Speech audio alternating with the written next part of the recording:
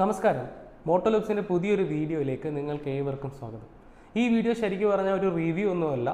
ഇത് നമ്മുടെ EV use ചെയ്യുന്ന ഒരുപാട് പേര് ഒരു പ്രശ്നം നേരിടുന്നുണ്ട്. ആ ഒരു പ്രശ്നത്തിനുള്ള ചെറിയൊരു സൊല്യൂഷനാണ്. എങ്ങനെയാണ് ഒരു EVയുടെ ചാർജിങ് സ്റ്റേഷൻ്റെ ആപ്ലിക്കേഷൻസ് ഡൗൺലോഡ് ചെയ്ത് യൂസ് ചെയ്യാന്നുള്ളതിൻ്റെ ചെറിയൊരു ട്യൂട്ടോറിയൽ വീഡിയോ ആണ് നമ്മളിന്ന് ചെയ്യുന്നത്. അപ്പോൾ ഈ വീഡിയോ കാണുന്ന നിങ്ങൾക്ക് EV യൂസ് ചെയ്യുന്ന സുഹൃത്തുക്കളുണ്ടെങ്കിൽ തീർച്ചയായും ഈ ഒരു വീഡിയോ അവരിലേക്ക് എത്തി. അവർ ചിലപ്പോൾ ഈ ഒരു ബുദ്ധിമുട്ട് നേരിടുന്നുണ്ടാവും. അപ്പോൾ അവർക്ക് കുറച്ചുകൂടി ഹെൽപ്ഫുൾ ആവും നിങ്ങൾ ഈ ഒരു വീഡിയോ ഷെയർ ചെയ്ത് കൊടുത്താൽ. അപ്പോൾ നമ്മൾ ഇന്ന് ചെയ്യാൻ പോകുന്നത് ചാർജിങ് സ്റ്റേഷൻ്റെ ആപ്ലിക്കേഷൻസ് എങ്ങനെ യൂസ് ചെയ്യാന്നുള്ളതാണ്. എങ്ങനെ നമുക്കൊരു EV DC ഫാസ്റ്റ് ചാർജിങ് സ്റ്റേഷനിൽ കൊണ്ടുപോയിട്ട് ചാർജ് ചെയ്യാന്നുള്ളതിൻ്റെ ഒരു ചെറിയൊരു ട്യൂട്ടോറിയൽ വീഡിയോ ആണ്. നമ്മൾ ഇന്ന് സംസാരിക്കുന്നത് KSEBയുടെ ചാർജിങ് സ്റ്റേഷൻസ് കേരളത്തിൽ ഒരുപാട് സ്ഥലത്തുണ്ടെന്ന് അറിയാം. ആ KSEBയുടെ ചാർജിങ് സ്റ്റേഷൻസ് എങ്ങനെ നമുക്ക് യൂസ് ചെയ്യാം, അതിനേത് ആപ്ലിക്കേഷനാണ് നമ്മൾ ഡൗൺലോഡ് ചെയ്യേണ്ടത്, എന്നിട്ട് എങ്ങനെയാണ് നമ്മൾ അതിൽ പേയ്മെൻറ്റ് ആഡ് ചെയ്യേണ്ടത്, ഇങ്ങനത്തെ കാര്യങ്ങളും അതുപോലെ എങ്ങനെ നമുക്ക് ആ ഒരു രജിസ്ട്രേഷൻ മൊത്തം കംപ്ലീറ്റ് ചെയ്ത് ഇത് ഈസി ആയിട്ട് യൂസ് ചെയ്യാം എന്നീ കാര്യങ്ങളാണ് നമ്മൾ ഡിസ്കസ് ചെയ്യാൻ പോകുന്നത്. അപ്പോൾ ഈ വീഡിയോ നിങ്ങൾക്ക് ഇഷ്ടമാവുമെന്ന് ഞാൻ പ്രതീക്ഷിക്കുകയാണ്. എന്തായാലും ഈ വീഡിയോ ആദ്യമായിട്ട് നിങ്ങൾ ഈ ചാനൽ കാണുന്ന ആൾക്കാരൊന്ന് സബ്സ്ക്രൈബ് ചെയ്ത് വെച്ചേക്കുക. നിങ്ങൾക്ക് ഉപകാരപ്പെടുന്ന പല വീഡിയോസും ഈ ഒരു ചാനലിൽ ഉണ്ടാവും. ഓക്കെ, അപ്പോൾ അതിന് വേണ്ടിയിട്ട് നമ്മൾ ആദ്യം ചെയ്യേണ്ടത് ആപ്ലിക്കേഷൻസിൽ പോയിട്ട് പ്ലേ സ്റ്റോറിൽ പോയിട്ട് നമ്മൾ ചാർജ് മോഡെന്ന് ടൈപ്പ് ചെയ്യുക. ചാർജ് മോഡ് എന്ന് പറയുന്ന ആപ്ലിക്കേഷൻ അത് ക്ലിക്ക് ചെയ്ത് കഴിഞ്ഞാൽ നമുക്ക് ഒരു ഓറഞ്ച് കളറിലാണ് നമ്മുടെ ഈ ഒരു ആപ്ലിക്കേഷൻ്റെ ലോഗോ വരുന്നത്. ഞാനിത് ഓൾറെഡി ഇൻസ്റ്റാൾ ചെയ്ത് വെച്ചിട്ടുണ്ട്. അപ്പോൾ അത് ഇൻസ്റ്റാൾ ചെയ്തതിന് ശേഷം നിങ്ങളത് ഓപ്പൺ ചെയ്യുക. ഓപ്പൺ ചെയ്യുമ്പോൾ നമുക്ക് ആദ്യം ചോദിക്കുന്നത് ലൊക്കേഷൻ ആയിരിക്കും. നമ്മുടെ ലൊക്കേഷൻ ഡീറ്റെയിൽസ് ആദ്യം ചോദിക്കും. നമ്മൾ അലോ കൊടുക്കുക, ലൊക്കേഷൻ അലോ കൊടുക്കുക. ഇപ്പോൾ ചാർജ് മോഡ് എന്ന് പറയുന്ന ആപ്ലിക്കേഷൻ തുറന്നു വന്നാൽ കുറച്ച് അധികം എന്താ പറയുക, നമ്മുടെ സാധാരണ ആപ്ലിക്കേഷൻസ് തുറക്കുന്ന സമയത്ത് ഉണ്ടാകുന്ന കുറേ അഡ്വർടൈസ്മെൻറ്റും ടിപ്സ് കാര്യങ്ങളൊക്കെ ഉണ്ടാവും. നമ്മൾ ജസ്റ്റ് അത് സ്കിപ്പ് ചെയ്യുക. ഒന്നെങ്കിൽ ടോട്ടലി സ്കിപ്പ് കൊടുത്താൽ മതി, അത് സ്കിപ്പിൽ പോയിക്കോളും. എന്നിട്ട് നമ്മൾ ലോഗിൻ ചെയ്യാനുള്ള ഫോൺ നമ്പർ കൊടുക്കുക. ഞാനിവിടെ എൻ്റെ ഫോൺ നമ്പർ കൊടുക്കുകയാണ്. ഇപ്പോൾ അതിലേക്ക് നമുക്കൊരു OTP വരും.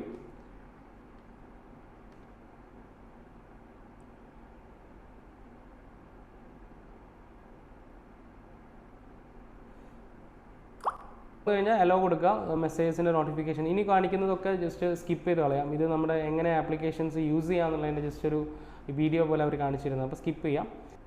ഇനി നമുക്ക് അപ്ഡേറ്റ് ചെയ്യാനുള്ള പ്രൊഫൈലാണ്. ഞാൻ ഓൾറെഡി ലോഗിൻ ചെയ്തുകൊണ്ട് ചിലപ്പം ഈ പ്രൊഫൈൽ ഫിൽഡ് ആയിരിക്കും. ഇതിൽ എൻ്റെ ഡീറ്റെയിൽസൊക്കെ ഫിൽഡാണ്. ഇപ്പോൾ പ്രണവ് എന്നുള്ള ഡീറ്റെയിൽസ് കാണാം.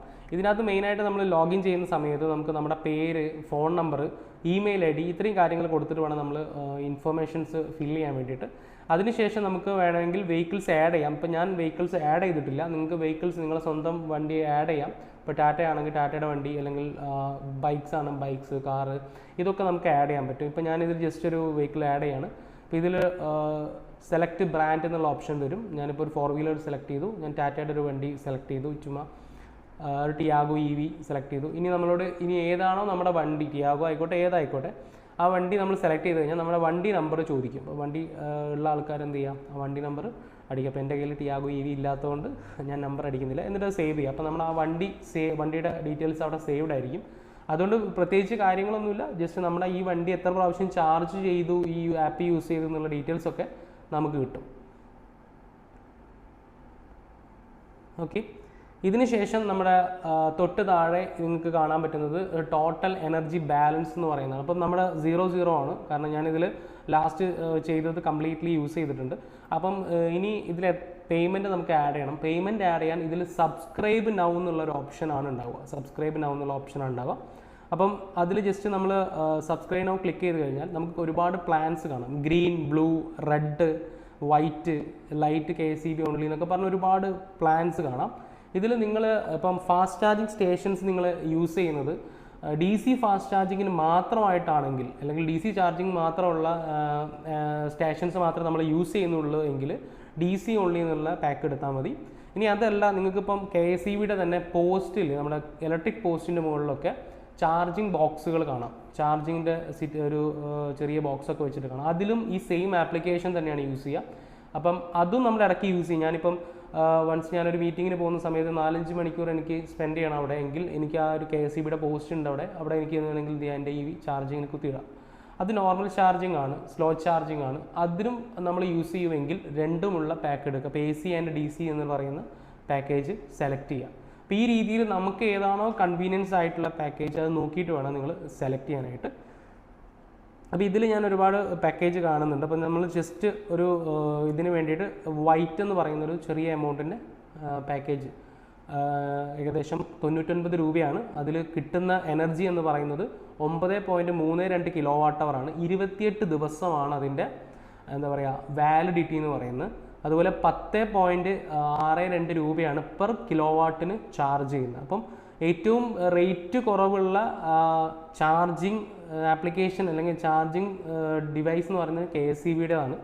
DC ചാർജിങ്ങിൽ ഏറ്റവും വില കുറവ് KSEBയുടെ ആണ്. നമുക്ക് പക്ഷേ അവൈലബിലിറ്റി അത്ര കണ്ട് KSEBക്ക് ഇല്ല. ഒരുപാട് പ്രൈവറ്റ് കമ്പനികളും ഇപ്പോൾ അവൈലബിൾ ആണ്. അപ്പോൾ KSEBയിലാണ് ഏറ്റവും റേറ്റ് കുറവ്. 10 നമുക്കൊരു യൂണിറ്റിന് കോസ്റ്റ് വരുന്നുള്ളൂ. അപ്പോൾ കഴിയുന്നത് ലോങ് ഒക്കെ പോകുമ്പോൾ KSEBയുടെ ചാർജിങ് സ്റ്റേഷൻസ് യൂസ് ചെയ്യാൻ പറ്റുമെങ്കിൽ അത്രയും ബെറ്റർ ആണ്. നിങ്ങൾക്ക് EVയിൽ കുറച്ചും കൂടി നിങ്ങൾക്ക് പ്രോഫിറ്റബിൾ ആവും യാത്രകൾ. അപ്പോൾ ഇതിൽ നമ്മൾ ജസ്റ്റ് ക്ലിക്ക് ചെയ്ത് കഴിഞ്ഞാൽ ഞാൻ അതിൽ പേയ്മെൻറ്റ് ആഡ് ചെയ്യുന്നില്ല, എന്നാലും ഞാൻ ജസ്റ്റ് സ്റ്റെപ്പ് കാണിക്കാം. കണ്ടിന്യൂ ക്ലിക്ക് ചെയ്യുക. കണ്ടിന്യൂ ക്ലിക്ക് ചെയ്താൽ നമുക്ക് അപ്ലൈ കൂപ്പൺ എന്ന് വരും. നിങ്ങൾക്ക് എന്തെങ്കിലും കൂപ്പൺസ് അവൈലബിൾ ആണ് അവിടെ കൊടുക്കുക. കൂപ്പൺസ് ഇല്ലെങ്കിൽ നിങ്ങൾ എന്ത് ചെയ്യുക, just proceed to pay click ചെയ്യുക. പ്രൊസീഡ് ടു പേ ക്ലിക്ക് ചെയ്ത് കഴിഞ്ഞാൽ നമുക്ക് ഓപ്ഷൻസ് കാണിക്കും.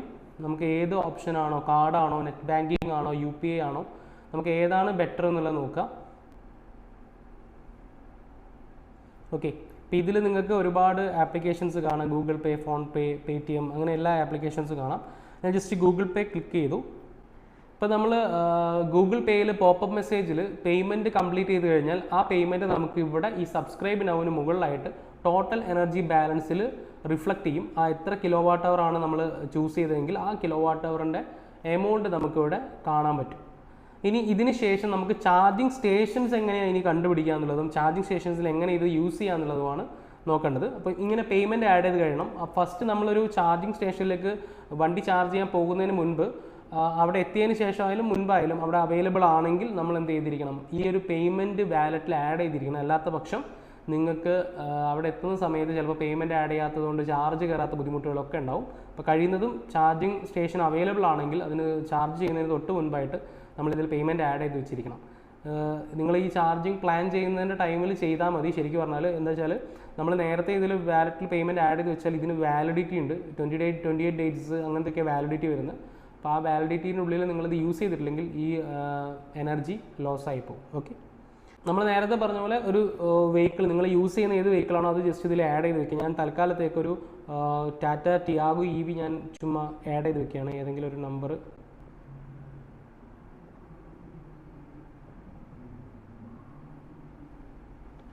ഞാൻ ജസ്റ്റ് ഒരു വെഹിക്കിൾ അവിടെ ആഡ് ചെയ്തു. അപ്പോൾ ഈ നമ്പർ ഞാൻ ജസ്റ്റ് ഒരു നിങ്ങളുടെ റെഫറൻസിന് വേണ്ടി നമ്പർ ആഡ് ചെയ്തതാണ്. ഇങ്ങനെ ഒരു വെഹിക്കിളും ഇല്ല. ഞാൻ ജസ്റ്റ് ഒരു വെഹിക്കിൾ ആഡ് ചെയ്തു. എന്നിട്ട് വേണം നമ്മൾ എന്ത് ചെയ്യാൻ, ഇനി ഹോമിൽ പോയി നമ്മൾ എന്ത് ചെയ്യണം, മാപ്പ് സെലക്ട് ചെയ്യണം നമുക്ക് ആവശ്യമുള്ള. അപ്പോൾ ടിയാഗോ EV ആണ് ഞാനിവിടെ സെലക്ട് ചെയ്തത്. അപ്പോൾ ആ വണ്ടി ഇവിടെ റിഫ്ലക്റ്റ് ആയിട്ടുണ്ട്.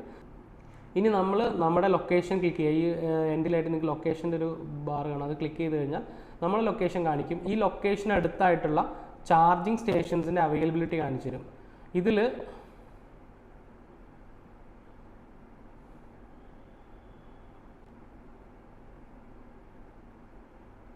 ഇതിലൊരുപാട് ചാർജിങ് സ്റ്റേഷൻസ് നിങ്ങൾക്ക് കാണാം. ഈ ഓറഞ്ച് കളറിലുള്ളതൊക്കെ നമ്മുടെ ചാർജിങ് സ്റ്റേഷൻസ് ആണ്. ഈ കാണുന്നതൊക്കെ ചാർജിങ് സ്റ്റേഷൻസ് ആണ്.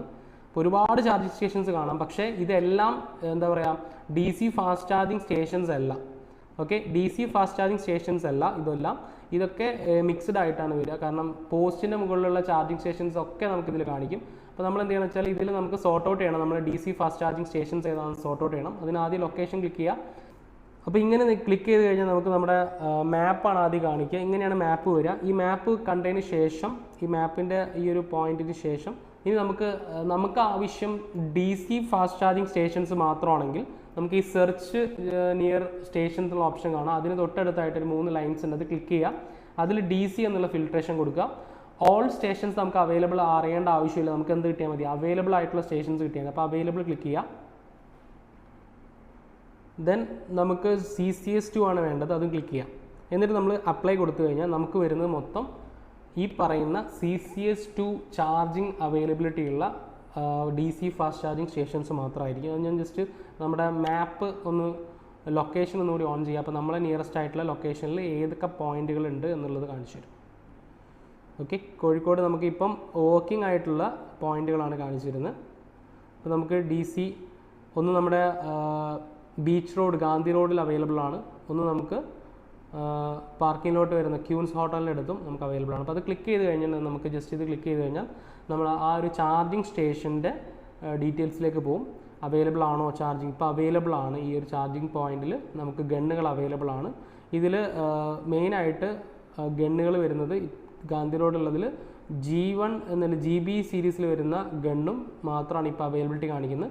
CCS2 നമുക്കിതിൽ അവൈലബിൾ അല്ല, അണ്ടർ മെയിൻറ്റെയിൻസ് ആണ് കാണിക്കുന്നത്. ഓക്കെ, പിന്നെ ഇൻ കേസ് നിങ്ങൾ ഇതുപോലെ ആപ്ലിക്കേഷൻ കയറി ഇതിൽ അവൈലബിലിറ്റി നോക്കി അവൈലബിൾ ആണെന്ന് കണ്ടു കഴിഞ്ഞാൽ നിങ്ങൾ എന്ത് ചെയ്യണമെന്ന് വെച്ചാൽ, ഇതിലേക്ക് നിങ്ങൾക്ക് വഴി അറിയില്ല, നിങ്ങളിപ്പം ഇവിടെ സ്ഥലത്ത് വലിയ പരിചയമില്ലാത്ത ആൾക്കാരാണെങ്കിൽ നിങ്ങൾ ജസ്റ്റ് ഇതിൽ ഒരു നാവിഗേഷൻ ബട്ടൺ കാണാതെ ക്ലിക്ക് ചെയ്ത് കഴിഞ്ഞാൽ നിങ്ങൾക്ക് നേരെ മാപ്പിലേക്ക് പോകാം. മാപ്പിൽ നിന്ന് നിങ്ങൾക്ക് എന്ത് ചെയ്യാം, നേരെ നാവിഗേറ്റ് ചെയ്തിട്ട് നമുക്ക് ഈ പറയുന്ന ഈ ഒരു ചാർജിങ് സ്റ്റേഷൻ്റെ അടുത്തേക്ക് എത്താൻ പറ്റും. അപ്പോൾ ഈ രീതിയിലാണ് നിങ്ങൾ ചാർജിങ് സ്റ്റേഷൻസ് കണ്ടുപിടിക്കേണ്ടത്, അവൈലബിലിറ്റി കണ്ടുപിടിക്കേണ്ടത്. അപ്പോൾ അവൈലബിൾ ആണോ അല്ലേ എന്നുള്ളത് നിങ്ങൾക്ക് ഇതിൽ നോക്കിയാലേ മനസ്സിലാവുള്ളൂ. ഈ കാണിക്കുന്ന ഒരു ഫിൽട്രേഷൻ ഇട്ട് കഴിഞ്ഞാൽ കുറച്ചുകൂടി എളുപ്പത്തിൽ നിങ്ങൾക്ക് എന്ത് ചെയ്യാം, ഈ പറഞ്ഞ charging stations DC fast charging stations നമുക്ക് സോർട്ട് ചെയ്യാനുള്ള ഓപ്ഷൻ ഉണ്ട്. ഓക്കെ, ഇതാണ് ഒരു ബേസിക് ഇൻഫർമേഷൻ അബൌട്ട് ഈ ഒരു ചാർജ് മോഡ് എന്ന് പറയുന്ന ആപ്ലിക്കേഷൻ്റെ. ഇത് കൂടാതെ ഇതിൽ ഒരുപാട് കാര്യങ്ങളുണ്ട്. നമ്മൾ എത്ര യൂണിറ്റ് യൂസ് ചെയ്തു, അതിന് നമ്മൾ എവിടെയൊക്കെ ചാർജ് ചെയ്തു, എവിടെയൊക്കെ ട്രാൻസാക്ഷൻ നടത്തി, അതിൻ്റെ ഡീറ്റെയിൽസ് ഒക്കെ കാണിക്കും. ഞാൻ മുൻപ് ചെയ്ത ട്രാൻസാക്ഷൻ്റെ കാര്യങ്ങളൊക്കെ ഇതിൽ കാണിക്കുന്നുണ്ട്. ഓക്കെ, അതുകൂടാതെ ഇതിൻ്റെ ഒരു കമ്മ്യൂണിറ്റി പോസ്റ്റുകളും വരാറുണ്ട്. ഇപ്പോൾ അവൈലബിൾ ആണെങ്കിൽ പുതിയ ചാർജിങ് സ്റ്റേഷൻസ് തുറന്നിട്ടുണ്ടെങ്കിൽ അതിൻ്റെ നോട്ടിഫിക്കേഷൻസ് കാര്യങ്ങളെല്ലാം നമുക്ക് ഇതിലൊരു അലേർട്ടായിട്ട് വരും. അതുപോലെ എന്തെങ്കിലും കാരണം കൊണ്ട് ഏതെങ്കിലും ചാർജിങ് സ്റ്റേഷൻസിൽ അണ്ടർ മെയിൻറ്റെയിൻസ് നടക്കുകയാണെങ്കിൽ അതിൻ്റെ നോട്ടിഫിക്കേഷൻ ഉണ്ടാവും. മെയിൻറ്റെയിൻസ് ഷെഡ്യൂൾഡ് എന്ന് പറഞ്ഞിട്ട് KCB ലൈൻ മെയിൻറ്റെയിൻസ് സെറ്റിൻ്റെ സ്ഥലത്തെന്ന് പറഞ്ഞിട്ട് ഡീറ്റെയിൽസൊക്കെ നോട്ടിഫിക്കേഷനായിട്ട് നമുക്ക് കിട്ടുകയും ചെയ്യും. അപ്പോൾ നിങ്ങൾ കണ്ടിന്യൂസ്ലി ട്രാവൽ ചെയ്യുന്ന ആൾക്കാരാണെങ്കിൽ ഈ പറഞ്ഞ എല്ലാ ഡീറ്റെയിൽസും ഈ ഒരു ചാർജിങ് സ്റ്റേഷൻ റിലേറ്റഡ് ആയിട്ടുള്ള ഡീറ്റെയിൽസ് മൊത്തം ഈ ആപ്ലിക്കേഷൻസിൽ കിട്ടും. ഇനി വൺസ് നിങ്ങൾ ഇതൊക്കെ കംപ്ലീറ്റ് ചെയ്തു നമ്മൾ ചാർജിങ്ങിന് വേണ്ടി അവിടെ എത്തിക്കഴിഞ്ഞാൽ നിങ്ങൾ ആദ്യം ചെയ്യേണ്ടത് എന്താണെന്ന് വെച്ചിട്ടുണ്ടെങ്കിൽ വണ്ടി ചാർജറുമായിട്ട് കണക്ട് ചെയ്യുക. കണക്ട് ചെയ്ത് കഴിഞ്ഞാൽ മീറ്റർ കൺസോളിൽ നിങ്ങൾക്ക് കണക്റ്റഡ് എന്ന് എഴുതി കാണിക്കും. ഇപ്പോൾ ടാറ്റയുടെ വെഹിക്കിളാണ് കണക്റ്റഡ് എന്ന് കാണിക്കും, മറ്റുള്ള വെഹിക്കിൾസിൽ കണക്റ്റഡ് എന്ന് കാണിച്ചു കഴിഞ്ഞാൽ ഈ ചാർജറും വണ്ടിയും തമ്മിൽ ലോക്കാവും. അതിനുശേഷം നിങ്ങൾ എന്ത് ചെയ്യണമെന്ന് വെച്ചിട്ടുണ്ടെങ്കിൽ നമുക്ക് ഇവിടെ ഒരു സ്കാനർ കാണാം ഈ ഒരു ആപ്ലിക്കേഷൻ്റെ സൈഡിൽ. ഈ സ്കാനർ ക്ലിക്ക് ചെയ്യാം. എന്നിട്ട് നമ്മളെ ഈ ഒരു ഏതാണോ ആ സ്കാനർ നമ്മൾ എന്ത് ചെയ്യുക, സ്കാൻ ചെയ്ത് കൊടുക്കുക. സ്കാൻ ചെയ്ത് കൊടുത്താൽ നമുക്ക് എന്ത് ചെയ്യാം, ഡയറക്റ്റ് ചാർജിങ് സ്റ്റാർട്ടാവും. സ്കാൻ ചെയ്ത് കൊടുത്താൽ ചാർജിങ് സ്റ്റാർട്ടാവും. ഇനി അതല്ലെങ്കിൽ നമുക്കുള്ള ഓപ്ഷൻ എന്ന് പറഞ്ഞാൽ ഇതിൽ ക്ലിക്ക് ചെയ്തിട്ട് ആ ഒരു ചാർജറൊക്കെ സെലക്ട് ചെയ്തിട്ട്, ഇപ്പോൾ നമ്മൾ ഈ ഒരു ഗണ്ണ് ഞാൻ സെലക്ട് ചെയ്ത് അവൈലബിൾ കൊടുത്തു, അവിടുന്ന് ഞാൻ QR കോഡ് സ്കാൻ ചെയ്യാനുള്ള ഓപ്ഷൻ ഉണ്ട്. ഈ രീതിയിൽ നമുക്ക് സ്കാൻ ചെയ്യാൻ പറ്റും. ഇനി ഇങ്ങനെ സ്കാൻ ചെയ്ത് കഴിഞ്ഞാൽ ഒരു 1 മിനിറ്റ് നിങ്ങൾ വെയിറ്റ് ചെയ്യേണ്ടി വരും. 1 മിനിറ്റ് കഴിഞ്ഞാലേ ഈ ചാർജിങ് മെഷീൻ ഓണായിട്ട് നമ്മുടെ വണ്ടിയിലേക്ക് ചാർജ് കയറത്തുള്ളൂ. ഇനി ഇങ്ങനെ ചെയ്തിട്ടും ചാർജ് ആവുന്നില്ല, അല്ലെങ്കിൽ ഇടയ്ക്കിടയ്ക്ക് ചാർജിങ് കട്ടായി പോകുന്ന സിറ്റുവേഷൻ വരുന്ന ആൾക്കാരുണ്ടാവും. അങ്ങനെയുള്ളവർ എന്ത് ചെയ്യണമെന്ന് വെച്ചിട്ടുണ്ടെങ്കിൽ ഒന്നെങ്കിൽ നമുക്ക് ഇതിൽ കസ്റ്റമർ കെയർ നമ്പർ ഉണ്ട്, അതിൽ വിളിക്കാം. മലയാളത്തിലാണ് നമ്മുടെ കസ്റ്റമർ കെയർ ഡീറ്റെയിൽസ് എല്ലാം ഉണ്ടാവും. ഹെൽപ്പ് പോയി കഴിഞ്ഞാൽ കോൾ ഓപ്ഷൻ ക്ലിക്ക് ചെയ്താൽ അതിലേക്ക് കോൾ പോകും. 111 സ്റ്റാർട്ട് ചെയ്യുന്ന നമ്പറാണ്, കാണാതെ എനിക്കറിയില്ല. അപ്പോൾ നിങ്ങൾ ആ ഒരു നമ്പറിലേക്ക് കോൾ ചെയ്യുക. ആ കോൾ ചെയ്ത് കഴിഞ്ഞാൽ നിങ്ങൾക്ക് അവർ തന്നെ എന്ത് ചെയ്യും, ചില കാര്യങ്ങൾ അവർക്ക് അവിടെ അവരുടെ ഒരു ഹെഡ് ഓഫീസിൽ അല്ലെങ്കിൽ അവരുടെ നെറ്റ്വർക്ക് സെൻറ്ററിൽ ഇരുന്ന് കൊണ്ട് നമുക്ക് റീസെറ്റ് ചെയ്യാനൊക്കെ പറ്റും. അപ്പോൾ അവർ ചില സിറ്റുവേഷനിൽ ഈ പറയുന്ന ചാർജിങ് സ്റ്റേഷൻ ഒന്ന് റീസെറ്റ് ചെയ്ത് നിങ്ങൾക്ക് രണ്ടാമത് കണക്ഷൻ റെഡിയാക്കി തരും. എന്തെങ്കിലും ഇഷ്യൂസ് ഉണ്ടെങ്കിൽ അപ്പോൾ അവർ ക്ലിയർ ചെയ്ത് തരുകയും ചെയ്യും. അപ്പോൾ നിങ്ങൾ ആ ഒരു നമ്പറിൽ കോൾ ചെയ്യുക. ഇനി ഈ നമ്പർ നിങ്ങൾക്ക് ഇതുപോലെ പോകണമെന്നില്ല. നിങ്ങൾക്ക് ചാർജിങ് സ്റ്റേഷൻ്റെ മുകളിലായിട്ട് ഒരു സ്റ്റിക്കർ ഒട്ടിച്ചിട്ടുണ്ടാവും. അതിൽ കാണാം കസ്റ്റമർ കെയർ നമ്പർ എന്ന് പറഞ്ഞിട്ട് 11 സ്റ്റാർട്ട് ചെയ്യുന്ന നമ്പറാണ്. അതിൽ വിളിച്ചിട്ടുണ്ടെങ്കിൽ നിങ്ങൾക്ക് ടോൾ ഫ്രീ നമ്പറാണ്. അതിൽ വിളിച്ചാൽ ഈ പറഞ്ഞ കാര്യങ്ങളെല്ലാം അവർ ക്ലിയർ ചെയ്ത് തരും. എന്തെങ്കിലും ഇഷ്യൂസ് ഉണ്ടെങ്കിൽ അതും അവർ റെഡിയാക്കി തരും. അപ്പോൾ ഇത്രയാണ് ചാർജ് മോഡ് എന്ന് പറയുന്ന ആപ്ലിക്കേഷൻ യൂസ് ചെയ്യാൻ വേണ്ട കാര്യങ്ങൾ, അതിൻ്റെ സ്റ്റെപ്പുകളൊക്കെ. അപ്പോൾ നിങ്ങളുടെ ഫ്രണ്ട്സോ ഫാമിലിയോ ആരെങ്കിലും EV യൂസ് ചെയ്യുന്നുണ്ടെങ്കിൽ, നിങ്ങളുടെ പരിചയത്തിൽ ആരെങ്കിലും EV യൂസ് ചെയ്യുന്നുണ്ടെങ്കിൽ അവർക്ക് ഈ വീഡിയോ ഒന്ന് ഷെയർ ചെയ്ത് കൊടുക്കുക. അവർക്ക് എന്തായാലും ഉപകാരപ്പെടുന്ന ഒരു വീഡിയോ ആണ്. പലർക്കും ഇപ്പോഴും EV ചാർജിങ് സ്റ്റേഷൻസിൽ എങ്ങനെ ഈ ഒരു ആപ്ലിക്കേഷൻ യൂസ് ചെയ്യാമെന്നുള്ള അറിയില്ല. അപ്പോൾ അവർക്ക് വലിയൊരു ഉപകാരമാകും. പല സ്ഥലങ്ങളിൽ പെട്ടുപോകുന്ന ആൾക്കാരുണ്ട്, അപ്പോൾ അവർക്കൊക്കെ ഒരു ഉപകാരപ്പെടും. അപ്പോൾ ഇതുകൂടാതെ ഒരുപാട് ചാർജിങ് സ്റ്റേഷൻസ് മറ്റ് കമ്പനികളുടെ, പ്രൈവറ്റ് കമ്പനികളുടെ ഉണ്ട്. അപ്പോൾ അത് റിലേറ്റഡ് ആയിട്ട് ഏതെങ്കിലും ആപ്ലിക്കേഷൻസ് നിങ്ങൾക്ക് എങ്ങനെ ചെയ്യണം, അല്ലെങ്കിൽ ആ ഒരു ചാർജിങ് സ്റ്റേഷനിൽ എങ്ങനെ ചാർജ് ചെയ്യണം എന്ന് അറിയണമെങ്കിൽ അതുകൂടി ഒന്ന് നിങ്ങൾ കമൻറ്റ് ബോക്സിൽ കമൻറ്റ് ചെയ്യാൻ നമുക്ക് വീണ്ടും ഒരു വീഡിയോ ചെയ്യാവുന്നതാണ്. അപ്പോൾ നമുക്ക് അടുത്ത വീഡിയോയിൽ കാണാം. ഇപ്പോൾ ഈ വീഡിയോ നിങ്ങൾക്ക് ഇഷ്ടമായിട്ടുണ്ടെങ്കിൽ ലൈക്ക് ചെയ്യുക, ഇഷ്ടപ്പെട്ടിട്ടില്ലെങ്കിൽ ഡിസ്ലൈക്ക് ചെയ്യുക. ആദ്യമായിട്ട് വീഡിയോ കാണുന്ന ചാനൽ കാണുന്ന ആൾക്കാരാണെങ്കിൽ നിങ്ങൾക്ക് ഇഷ്ടപ്പെട്ടിട്ടുണ്ടെങ്കിൽ ഈ ചാനലൊന്ന് സബ്സ്ക്രൈബ് ചെയ്യുക. അപ്പോൾ നമുക്ക് അടുത്ത വീഡിയോയിൽ കാണാം. Okay, by.